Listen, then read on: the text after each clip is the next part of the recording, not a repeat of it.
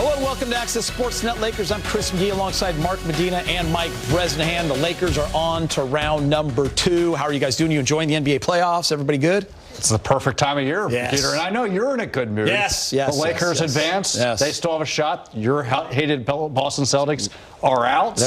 They're out. Yeah. Which, by the way, I'm okay with it. I'm always okay with it, Brez. I'm always okay with the Boston Celtics. And let's not forget your weekend. Your daughter won the Junior Olympics, MVP in volleyball. Thank you. Yeah, shout out Peter's to on a roll. This is the best month of your life. 18 Amir, rock star. It's a love club. Nice. But, 18 Love, but they did a good job. They won the whole thing, the Natty. So I'm super proud of them. So congrats, standing up. Congrats, ladies. Yeah, they deserved it. Best team start to finish.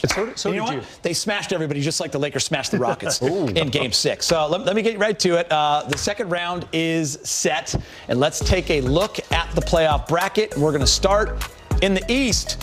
The Detroit Pistons survive the Orlando Magic down 24 in Game 6. They win in 7. They will host the Cleveland Cavaliers, who won their Game 7 on Sunday night against the Toronto Raptors. The Knicks have patiently been waiting after their beatdown to the Hawks in Game 6. They will take on the surprise knockout of the playoffs so far. The 7 seed, Philly, down 3-1, wins 3 in a row to take out the hated Boston Celtics. And in the West, it's 1 versus 4, as it was always supposed to be. Oklahoma City against LA Lakers. And then how about the Timberwolves? What a series they had, finding a way to get it done with some key injuries, taking out the Nuggets 4-2. San Antonio took care of the Blazers 4-1. So we get Minnesota, San Antonio. All right, here we go, fellas. Round 2 coming, but I want to take a look back at round number 1. All right, President, I'm going to start with you. Just 2 takeaways from the series. Pete, I would not have said this 3 months ago, 4 months ago, but the Laker defense was unbelievable. How about just this Game 6? Houston shot, 29% in the first half? Are you kidding me? In an elimination game? I thought the Lakers were outstanding. I thought Marcus Smart really won the series with his performance in Game 3 with those 5 steals. I mean, he was outstanding. DeAndre Ayton, you and I have talked a lot about his defense, especially in that Game 2. Thought he was great. Vanderbilt was good. I mean, you know, this is a Houston team that was without Durant for 5 of those games. I get it. They had their own internal issues. But for the Lakers to hold that team below 100 in 4 of the 6 games, especially in today's NBA, where you score 100 in like the second or third quarter these days, I mean, I thought it was outstanding. Great defense by the Lakers, period. Mark Medina? Well, Lakers can't make these same kind of performances against the Thunder. I give the Lakers full credit for beating the Rockets without Luka Doncic, for the most part without Austin Reaves. They all elevated their play, but some of the mistakes they've made or miscues, turnovers. Are you saying OKC's not dumb like the Houston Rockets? Is that the word you want to use? There's a lot of things. They're not dumb. They don't make mistakes, and they're infinitely more talented than the Rockets. The Rockets didn't have Kevin Durant. They had that young core that was either inconsistent or questionable with their decision-making. The Thunder, they're a well-oiled machine. Like, they are entering the series without Jalen Williams, but they entered the season without Jalen Williams, and it didn't matter because Shai Gilgeous-Alexander probably going to win another MVP. They have so much wing depth. Former Laker Alex Caruso, Lou Dort, Cason Wallace, they're all great defenders, great three-point shooters. Chet Holmgren, first-time All-Star, a lot healthier. Isaiah Hartenstein, another big. They're able to play big, small. They lead the league in like every offensive and defensive category here. So really cool that the Lakers found a way to advance, but they got their hands full. All right, Brez, what do you got for number 2? I want to talk about the others, but mostly Marcus Smart. You know, Shaq once coined anyone not named Shaq or Kobe, the others. But you got to start with Marcus Smart. I mean, look, this is a guy the last 2 years we've talked a lot about it. Coming into this year, he didn't come close to playing, 65, 70 games combined in those 2 years, Mark. He wasn't close to playing all 82. And now he's playing an absolutely huge part for this team. His Game 3 was ridiculous. 21 points, 10 assists, 5 steals, you know, great defense. You know, not a great mark of defender is not how many steals you get. It's just kind of a byproduct of it. But, you know, just hustling, frustrating. Kevin Durant certainly on that play. And I just loved what he did throughout the entire series. Shout out to a couple of the others. Luke Kennard, I thought he got off to a good start in the series. 50 points in the first 2 games. Ayton, we just talked about his really good defense. I thought Rui was solid as well. He averaged 15 points the entire series. So you can't just be LeBron and then Austin Reaves. The others really did help. Marcus Smart was the leader of that group, Keith. No doubt. Great job. Shout out to Marcus Smart. Mark Medina, what's your number 2? LeBron James delaying Father Time once again. Smacking him around is what he's doing. Yeah. And to be clear, Father Time smacked him around too. He's 41 years old, so that happens. Sure. But LeBron's giving some good counterpunches. Without Luka Doncic and Austin Reaves, he elevated his role back into that number 1 role, but he really found the sweet spot, Peter, of elevating his play and obvious importance of the team, but not taking over. He's took a lot of shots. He scored a lot of points. But he set the tone for why the Lakers had such a balanced approach, because he's distributing, he's passing, he's making the right play. He also empowered guys. And, we saw in this Rockets series, his legs weren't always there, hence why he wasn't shooting well from 3. I think those heavy minutes, Game 4, Game 5, caught up to him, but he's still exploiting the basket. He's throwing down dunks that would warrant a 10 rating at a dunk contest, like that reverse jam earlier in the season. So as it pertains to the Thunder, he has some time to restart, and he is going to continue to pick up where he left off. All right, guys, here's a look at the season series between the Lakers and the Thunder.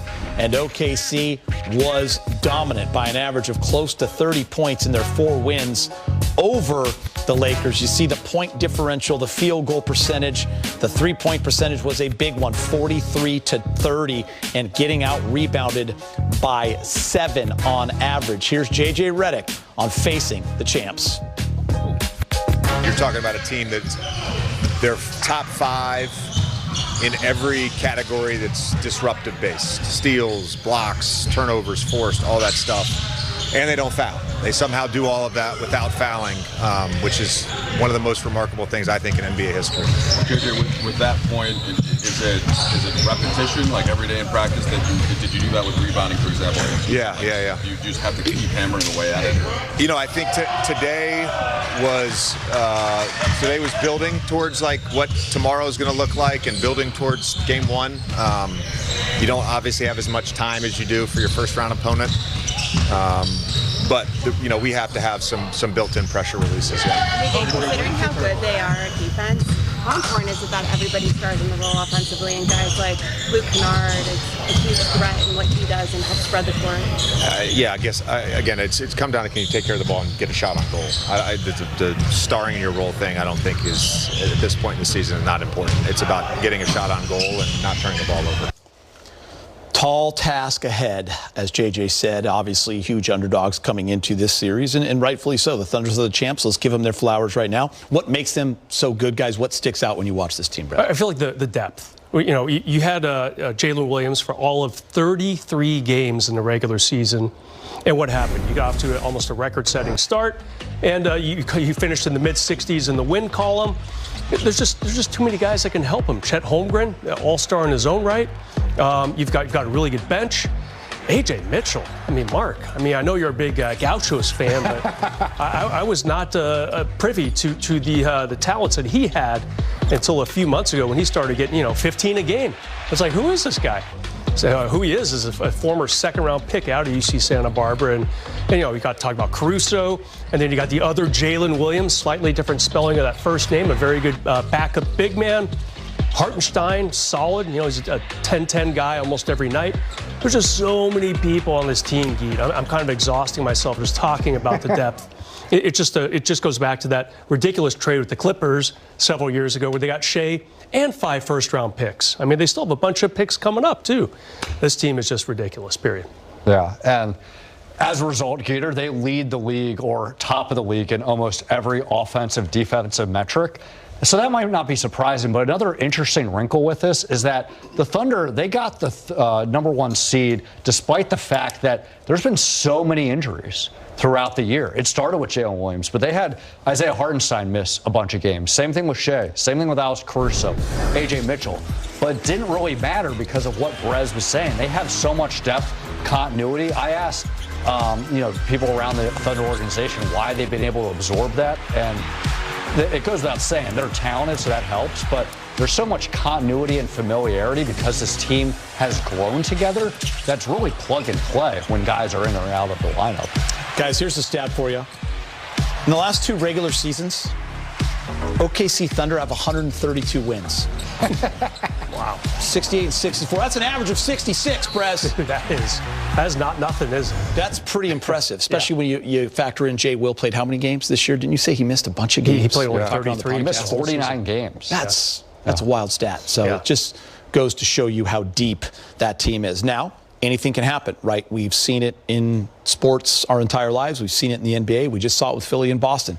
Philly down 3-1, found a way. That was a favorite in the East. Philly found a way to get it done in 7 games. Lakers have played above expectations the entire season. Brez, can they continue? Can they steal one on the road here in the first 2? That's a key. And if you win one on the road, then you can say, okay, well, what's up with Luka? How's his hamstring coming?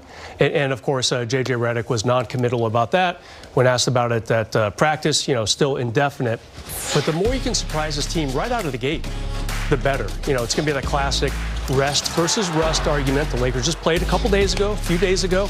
And OKC's been off for, a month, Mark, it feels like? Yep. I mean, they had 0 trouble with Bergen's Suns. I feel like they won every game by an average of about 63 points. And, the Lakers, you just got to win one of those first 2 games, and then you can start to recalculate things a little bit. It's not going to be easy. Lakers 15.5-point underdogs for Game 1. It's got to be the supporting cast. Cannot just be LeBron and Austin Reaves. Everyone else, especially the defenders, Geet, Marcus Smart, Jared Vanderbilt, they got to be ready to go. Yeah, it's hard for guys, to be frank, it's hard for me to envision the Lakers stealing, especially the beginning of the series, because Luka Doncic's not going to play. JJ's mentioned there's no update on him. I was at practice, and he was only doing some light shooting, so he still's got to do full team drills. But the Lakers are going to go out swinging. I think Jake Laravia said it best that, they respect them, but they don't fear them. They're going to go all out with the same characteristics that got them here. And Marcus Smart was saying, yeah, they obviously miss Luka. He's one of the best players for a reason, but in a weird way, it's been beneficial for them because everyone's had a more heightened awareness. Everyone has to elevate their play. There's no margin for error here. So it's hard for me to envision it, but we can think that way. The Lakers don't think that way, nor can they, because, as we've mentioned, the Thunder have so many things on their side. The Lakers have to basically go all out with every single thing just to give them a chance. All right, guys, the Lakers and Thunder will tip it off. Their second-round series begins on Tuesday night. The game can be seen on NBC at 5:30, but be sure to join us for the pregame coverage starting at 4:30 right here on Spectrum Sportsnet. And after the game, you rejoin us for postgame coverage right here on Spectrum Sportsnet following Game 1. You on this one, you were at practice. Luka was getting some shots up. Reports from everyone, he's definitely not starting this series, and we don't know if he will be back at all. I think the Lakers are kind of moving forward with you're going to play without your superstar, but maybe there is some hope. What are you hearing? It's been 32 days? I think? Yeah, it's been about 4 weeks. So when you're looking at grade 2 hamstrings, the usual timeline is 4 to 6 weeks. So it's very typical that a player comes back 5-6 weeks. But what Luka's done now, it's been stationary shooting. At today's practice, he's getting up a bunch of threes. He's being lighthearted with teammates, teasing Rui Hachimura a little bit, Austin Reaves. Those are all good signs. But he hasn't done anything beyond that. So, moving forward, it's about gaining the team practices, contact. The encouraging thing here is that talking to doctors outside the organization for objective perspective on grade 2 hamstrings is as long as you follow the protocols and don't rush them back, once a player comes back, they typically don't feel any symptoms. It's really plug and play. So as it pertains to Luka, I can imagine there's a scenario that as soon as he's back, beyond, shaying off some additional rust, you won't really see him missing a beat. But the tough part is, how many games can the Lakers go without him, knowing how great the Thunder are? Yeah, 32 days since he played. I mean, it's been a while. Even if he starts running tomorrow, that's still about a week away before he can really get up to game speed. Stationary shooting is one thing, but then you got to get 2 things: running and physicality. You and I talked about this on the podcast, Geet. You got to start, pushing into people in practices and scrimmages and getting checked and shoved all around and knocked down and get back up. He's just not at that point yet. It really bums me out, Geet, because if you look at his March, he averaged 38, 8, and 7. I mean, that is ridiculous.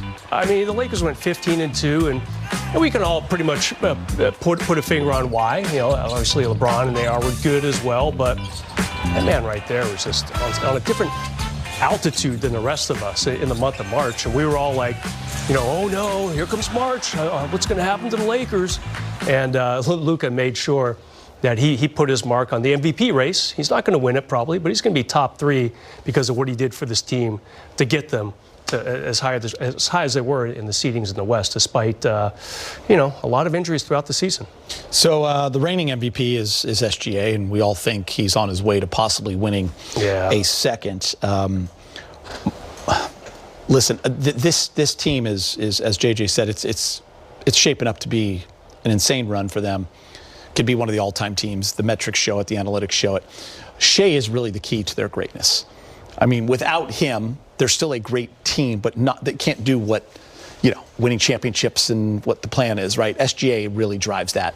Oh, without a doubt. Yeah. It's his skill set and it's his gravity. And the reason why he leads the league in the NBA in scoring, or one of the top players, is that he doesn't have one specific tool. He is a master at the mid-range. He's great from 3. He's great at finishing at the rim. And when he finishes at the rim, he gets a lot of foul calls. So that's a very frustrating combination. And so he's gained a lot of points. The way he gets fouls gives him extra points. It slows the game down, and it can also get opponents really upset and frustrated because he does draw a lot of whistles. The Thunder will tell you he uses his angles well, his aggressiveness well to draw those whistles, as opposed to being this free throw merchant. But whatever the case may be, the numbers are what the numbers are. He hits every single scoring bucket that you need, and when he is being covered, he has a lot of great options from 3 or inside with Holmgren and Hartenstein that can finish. Yeah, I think Mark nailed it with the 3 levels that he's able to beat you at, and just the efficiency in which he does it. There's not a lot of mistakes.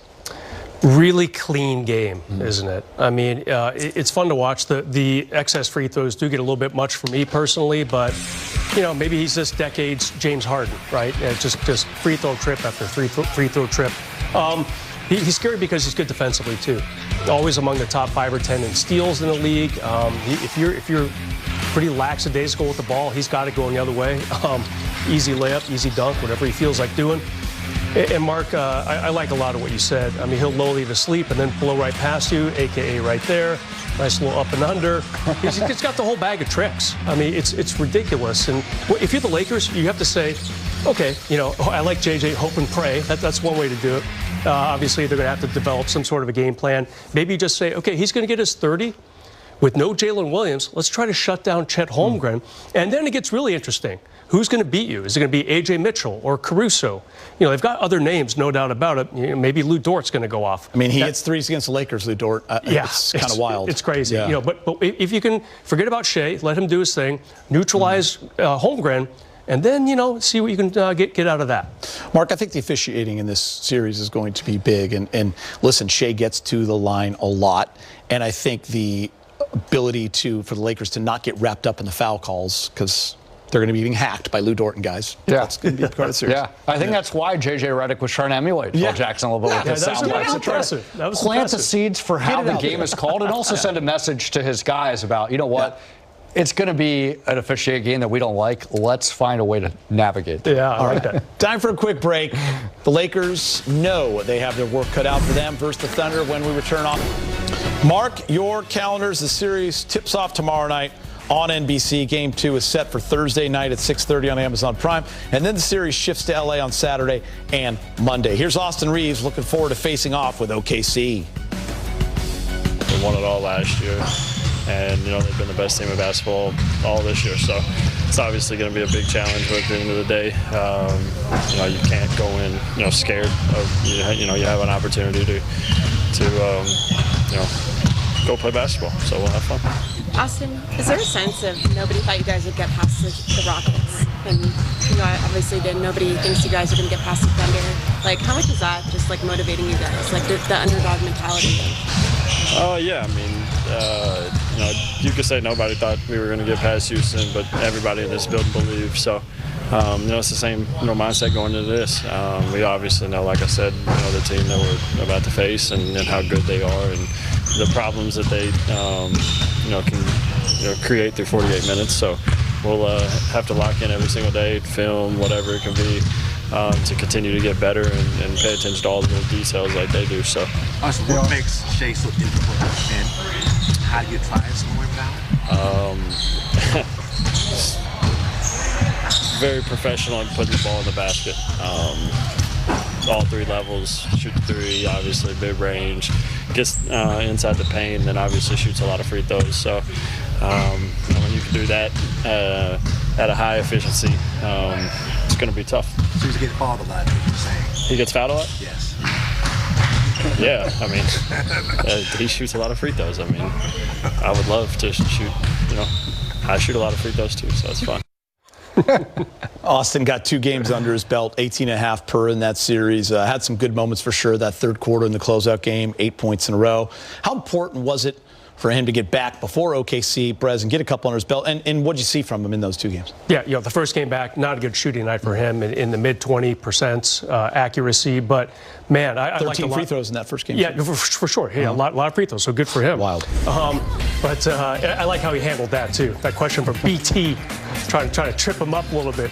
But I think that last game was really good to see him getting back in the rhythm of being Austin Reaves. He missed almost a month. It's going to take some time, That's why even when Luka comes back, say it's in, I don't know, we'll throw it out there, a week and a half. He's not going to come out and do that 38-8-8 that he had in March. It takes time for these guys. And for Austin Reaves, the curve for him was thankfully really only about a game and a half. And then, like you mentioned, that second half in Game 6 against Houston. Yeah, there were some moments for sure. Yeah, it was good to see him kind of get back to exactly who he was. But really, until he got hurt, he would have been an all-star, guys. He was in such a good run until that injury that sidelined him for, 6 weeks? It was a long time. Missed him.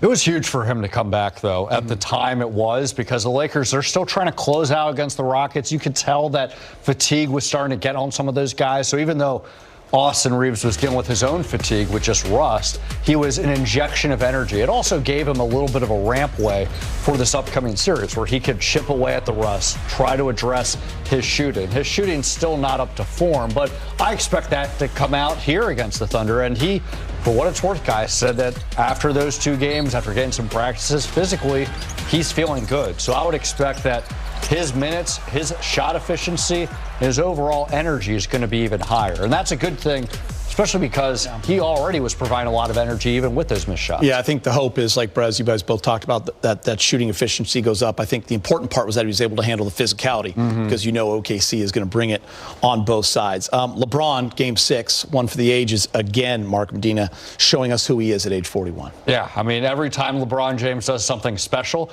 you're not surprised by it because of his resume, but then all of a sudden you're just in awe that he's still able to replicate these magical type of performances given his age and workload and just all the strain that he's dealt with for playing 23 years of basketball and 10 NBA Finals runs. I think as it pertains to the Thunder, entering Game 1 at least, he had a good window to reset, recharge, prepare.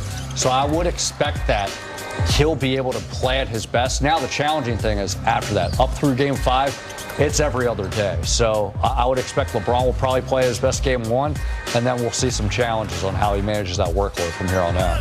All right, LeBron James doing work. And Brez, here's a crazy stat for you. LeBron and both coaches, they're all the same age. 41 years old. That is ridiculous. There it is, Brez. This is one of the funniest graphics in the 14-year existence of this network, Geet. And you know what? One of my favorite questions of the last few years was when you, in a post-game in the Laker locker room, Geet, you informed LeBron that he was like 6 years older than one of the coaches. Like the Utah Jazz coach. Will Harding. Thank you. Yeah. and here we are again. And, he's not older or younger than all these coaches, these 2 coaches. They're all the same age. I mean, it's comical to me. And it just shows, like, we really have never, ever seen this in the NBA. We saw it in the NFL with Tom Brady, but, man, this is really an amazing thing to watch. And keep going, man. Keep going. I think he was 3 years older, and I had mentioned it, too. He's like, what? And I was like, you're 3 years older than the coach. Yeah. It's also amazing. I mean, J.J. Redick's one of many examples how LeBron is facing different coaches that literally played in the league at the same time he did. So it's just wild. Yeah. All right, look at the postseason numbers for LeBron and SGA. LeBron averaging 23 points, 7 boards, over 8 assists, close to 1.5 steals, while the reigning MVP, SGA, led the Thunder to a sweep of the Suns. He scored close to 34 per on 55%, just 31% from 3, but the 4 rebounds and the 8 assists. So, all right, here we go. Top storylines for the Lakers Thunder series. Brez, you get 2 of them. What's your 1? Well, I have a feeling Mark's going to be talking about Luka, just a guess. So I'm going to be kind to the guess. I'm going to take the other hurt guy for the other team, Jalen Williams. When's he back? He's obviously a key part to this team. We've already talked about how he missed almost half the season. So OKC is well prepared to play without him. But he's been out since April 22nd. Difference between him and Luka, we're talking grade 1 versus grade 2. So Jalen, really, I expect will be back within a couple games, if not by game 2, certainly by game 3. And they miss him. He's an 18-point, 5 assists, 5 rebound kind of guy. Really good defender as well. All-star last season. Obviously not close to enough games this season to even be considered. He missed the first month and a half, 2 months of the season. And, without him, shockingly, this deep OKC team has been able to maintain a 65-win pace. Whatever they were, it was a lot of wins, Mark. Yeah. Well, you were very correct. Brez was right. What the top storyline was for me, it's when's Luka going to return? He's kind of a big deal, as one of our favorite anchors once famously said, right? And the Lakers, they have maintained they don't know. J.J. Redick said he doesn't have any update for Luka after Monday's practice. And all he's done is light shooting. As we've talked about, he needs to do some more teamwork, some contact work. But the fact that he's with the team, he'll be able to, gradually have that increased workload. The challenging thing is, though, the calendar. After game 1, they only play every other day. So there's only one practice window to then set himself up for a return. So he hasn't had any setbacks. It's just that 4 to 6 week timetable is a 4 to 6 week timetable. Much different series in round 1 in terms of the spread out with the days in between, right? It's a good point. Brez is a good one. Can the Lakers in that defense, can they maintain the edge? I think one of my favorite stats of any series in the first round, the Lakers held Houston to 98.6 points a game. I mean, that's incredible. And I know Kevin Durant only played played 1 of the 6 games, missing 5 of them. But I was really impressed by the Lakers and what they did defensively. And they have to they have to try to continue that. OKC averaged 123 a game in the first round, and that wasn't even really stepping on the gas against a downtrodden Phoenix team. And the Lakers really have to try to put it this way. Lakers without Luka, they're not going to be scoring 125 a game, so they must win it defensively. Marcus Smart, Jared Vanderbilt, even DeAndre Ayton on 2 very good big men for OKC. Those 3 guys really have to come to play defense. And, of course, LeBron's got to be there as well, kind of calling the shots. It is not going to be easy, but it starts on the defensive end, Chris. All right, Mark, I kind of led you to this earlier, but we wouldn't let you jump in because it's one of your storylines. It's about the officiating. Yeah, how are the fouls going to be called? I think it's a very interesting dichotomy here, and J.J. Redick did a good job of laying the groundwork down. That Shai Gilgeous-Alexander gets a lot of free throws. He's saying, hey, well, how do you shave it? You can't really do anything because no one's been able to stop him all season, so you hope and pray. But the other thing is they don't get called for a lot of whistles themselves, and that's the other thing. Is it going to be one lane or the other where they allow, because it's the playoffs and they want to have a smooth flow of a game, that they allow both teams to have a level of physicality? Or is it going to be the other way where we're going to say Shai gets the line a lot? It is interesting, though, Mark, because they are the best team. But then, always when they win these games or these series, you get clips coming out from the other side on social media like, you're allowed to get away with this, the fouls, the inbounding the ball, not crossing the line. Like, all these things, it's like they're in this window right now where things are just going their way and the game gets called their way. Yeah, and the messaging from both JJ and the players is that ahead of time, they have to play through everything. They can't get frustrated, but it's inevitable. In the heat of the moment, they're going to be politicking, and certainly after the game, they're going to send their footage. But the key thing is not to allow a Shai trip to the free throw line to distract them on the next possession. Or if they're getting upset that, hey, Lou Dort whacked me or gave me the Nikola Jokic treatment and the officials didn't see it, allowing them to not be focused the next few possessions. All right, guys. Access rolls on after the break. Reminder to check out the latest episode of our Lake Show podcast. We help you get set for the next round. Discussions on Luka, LeBron, Austin. We'll talk about the win over the Rockets and also what it's going to take for a second-round upset over the defending champs. You can find it on the Spectrum News app or wherever you get your podcast. All right, let's take a look back at some of the top plays from the fun Lakers first-round series win over the Houston Rockets. And, Brez, we start with this guy right here. Luke Kennard going 5 for 5 from 3 in Game 1. What? You know how I said I hate that cliche next man up? I love it now because he was the next man up. I mean, he was unbelievable in the first 2 games. Scored 50 points total. I mean, he's the reason, the main reason why they won those 2 games, and just absolutely unconscious. Just like you, Geet, in your years as a Crespi Celt. Did they have a 3-point line back then, Geet? Yeah, Brez, I'm not that old. We did have a 3-point line. He was outstanding. Then he became a big part of their scouting report, didn't he? Because he wasn't able to get those shots off as easily. All right, Mark Medina, you got DeAndre Ayton with the monstrous alley-oop here in Game 2. Man, look at that. The Marcus Smart, DeAndre Ayton connection is a very special quality for this team's chemistry. And J.J. Redick was talking about DeAndre Ayton, saying that he's the person that changes our ceiling the most. And that play encapsulates that. He jumps really high and can throw it down. The fact that he's engaged on both ends of the floor, I think, provides a trickle-down effect for the rest of the group. But nothing else. It's just entertaining to see Marcus Smart throw lobs to DeAndre Ayton, because most times it'll end up as a top play. The most improbable, wild ending. Game 3, Lakers coming up clutch. Marcus Smart, the steal, draws the foul. That's not it, though. It's LeBron James with the reverse dunk in Game 2, Brez. I jumped the gun on this one. Yeah, that's my fault. Both those plays are outstanding, but this is still pretty sweet. First of all, he just blows by Kevin Durant, who is glued to the floor there, and then says, you know what? This is like he's doing his touchdown dance in the end zone. I mean, this is the receiver who scores off the 80-yard bomb. No one's there, Gee. Yeah. So why not? We'll do the double reverse clutch and just jam it down. I mean, that was unbelievable. That was fun to watch. You know, maybe the Rockets' offense was different without KD, but I kind of liked him on the defensive end. Lakers were going right out. Yeah, he obviously was not good, not himself. Here it is. Here's the Lakers coming up clutch. You got Marcus Smart with the steal, draw the foul, hit the 3 free throws, and LeBron James' steal and game-tying 3. What a finish, Marcus Medina. Yeah, and Keeter, as you said, the Rockets made a bunch of boneheaded mistakes here. But you know what? You also got to credit the Lakers for staying in the game.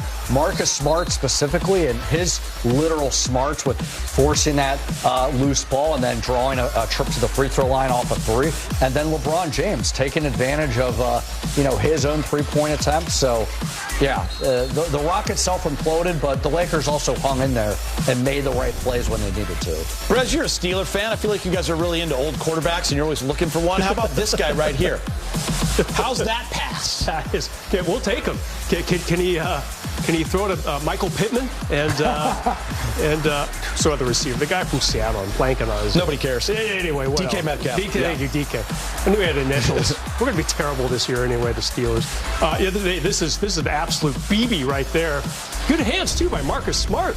I mean, you got to have a good receiver if you're going to throw a laser like that. Speaking of Marcus Smart, how about this block in Game 6, Medina? Love it. I mean, we know that Marcus Smart is a great defender, but usually that's with steals or drawing charges. It's not being this rim protector, but Marcus Smart, even though he's undersized, he can still stuff Tari Eason at the rim, have a great positioning and length to make a stop as if he's this elite big man. That's big elevation right there. I mean, Eason's like a forward. And second best dunk of the playoffs, Brez, and it belongs to a young guy, a rookie, Adu Thera. The second-round pick, kind of unheralded. Had a little knee injury coming into camp with the Lakers. Wow. He's not injured on this play, fellas. He looks 140% healthy right there. Just an absolute stick back. I can hear James Worthy right now saying he's sticking. Wherever James is, he likes to sit back and watch our shows, Mark, after he gets off the golf course. Oh, wow. Has a nice Worthy splash and likes to see what we have to say. And I appreciate that about big game games. All right. After the break, we're setting the table for Game 1 with a round of What the Numbers is. Okay. Lakers and Thunder, second-round series. It's Tuesday night. Starts in Oklahoma City.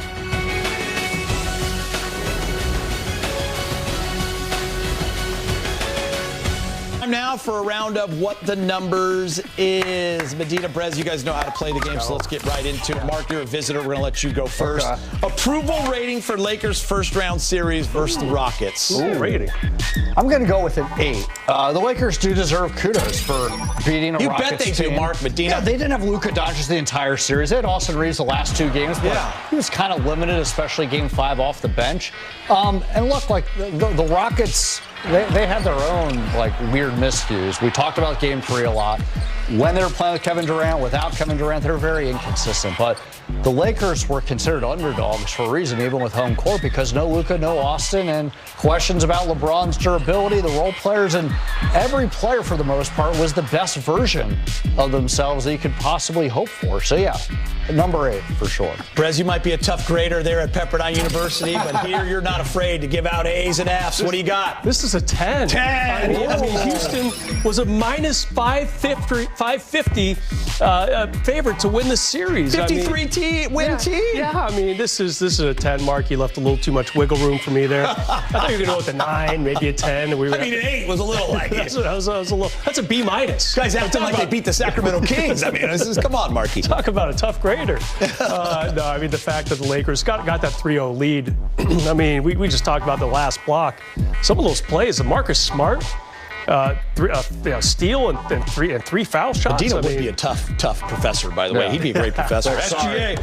Medina, actually, Brez, you go first. SGA is a lock to win his second straight MVP award, or maybe not. Wemby Jokic are in the rain. Yeah, I'm going to go with a 10 on this. I just don't see, for a minute there, I was like, okay, Luka with that march, he's making progress. Wemby, the Spurs kind of got close, but not really close to overtaking them in the West in the regular season.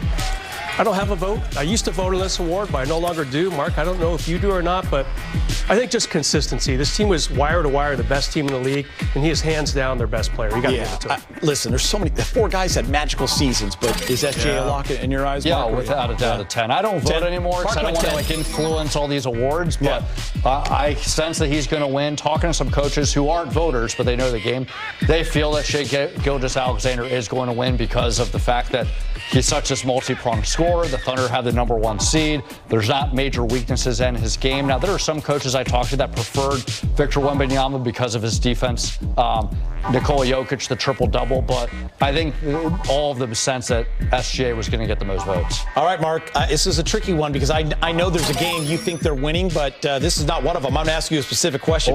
Lakers must win at least one of the first 2 games in OKC.